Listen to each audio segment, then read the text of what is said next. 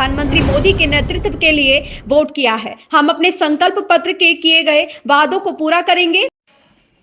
Delhi BJP के अध्यक्ष वीरेंद्र सचदेवा का कहना है, दिल्ली की जनता ने बदलाव के लिए वोट किया है, प्रधानमंत्री मोदी के नेतृत्व के लिए वोट किया है। हम अपने संकल्प पत्र के किए गए वादों को पूरा करेंगे, दिल्ली को विकसित राजधानी बनाएंगे। इंडी गठबंधन नाम की कोई चीज नहीं बची है, यह सभी स्वार्थी लोग हैं। आतिशी को आत्ममंथन करना चाहिए कि जब उनकी पार्टी के बड़े नेता चुनाव हार गए तो इसमें जश्न मनाने की क्या बात है।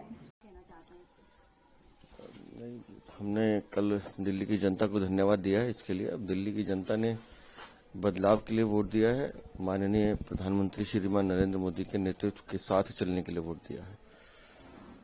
तो अब जो जो हमारे संकल्प पत्र में है उनको पूरा करने के लिए अब काम शुरू करेंगे। और कल माननीय प्रधानमंत्री जी ने भी कहा है कि हम सबको अब दिल्ली को विकसित राजधानी बनाने के लिए काम करना है, तो उस दिशा में काम करना है। सर, आपको क्या लगता है कांग्रेस ने आम आदमी पार्टी की वोट पे डेंट किया है? हम इसे डेंट नहीं मानते। दोनों पार्टी अपने अपने वर्चस्व की लड़ाई लड़ रही हैं और राजनीतिक क्षेत्र में हर पार्टी को अधिकार है चुनाव लड़ने का। अब अगर ऐसे देखा जाए तो आम आदमी पार्टी ही कांग्रेस के सारे वोट लेकर पार्टी बनी थी, तो अब ये उनको तय करना है कि उनको कैसे अपने पैरों पर खड़ा होना है। लेकिन हम तो दोनों पार्टी को शुभकामनाएं दे सकते हैं। इंडिया अलायंस का क्या फ्यूचर है, क्या लगता है? क्योंकि आप कांग्रेस इधर लड़ रही है। नहीं, इंडिया अलायंस नाम की कोई चीज बची नहीं है जी। ये हर जगह इनके झगड़े हैं और ये सब लोग स्वार्थवादी लोग हैं जो भ्रष्टाचार में आकंठ डूबे हुए लोग अपनी अपनी सुविधाओं के हिसाब से ये हाथ मिलाते हैं और हाथ झटक लेते हैं। अब ये गठबंधन ऐसा गठबंधन नहीं है, ये अलग अलग राज्यों के हिसाब से चुनाव लड़ता है। तो मुझे लगता है ये मौकाप्रस्त लोग हैं, इन पर बहुत ज्यादा चिंता नहीं करनी चाहिए। सर, स्वाति मालीवाल ने कल आतिशी जी की कल वीडियो शेयर करी जो सेलिब्रेशन के थे, उसको शेमलेस बताया, क्या कहना है इसका?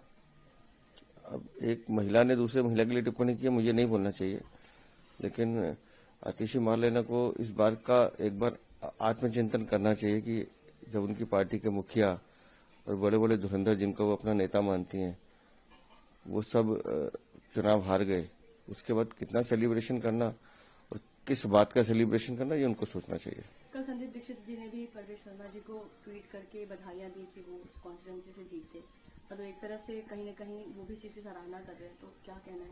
नहीं, हमारे जितने भी प्रत्याशी जीते हैं और जो नहीं भी जीत पाए, लेकिन हम 70 लोगों ने बहुत मेहनत और ईमानदारी से चुनाव लड़ा है।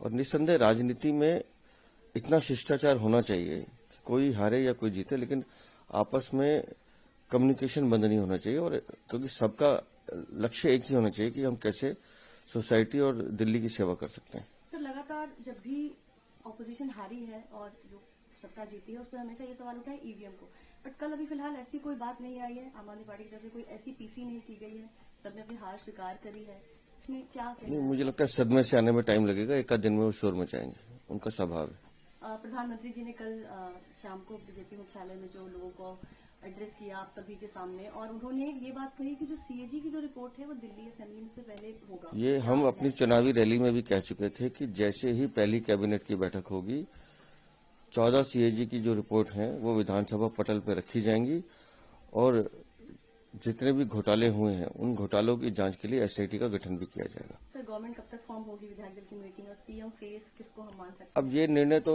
हमारे केंद्रीय नेतृत्व को करना है और मुझे लगता है हमारे लिए ये प्रश्न बेमानी है, क्योंकि अब हमारा सबका फोकस विकास के लिए है, दिल्ली को कैसे बेहतर बनाना उस दिशा में काम करेंगे। ये विषय हमारे उसमें नहीं आता है। Thank you so much.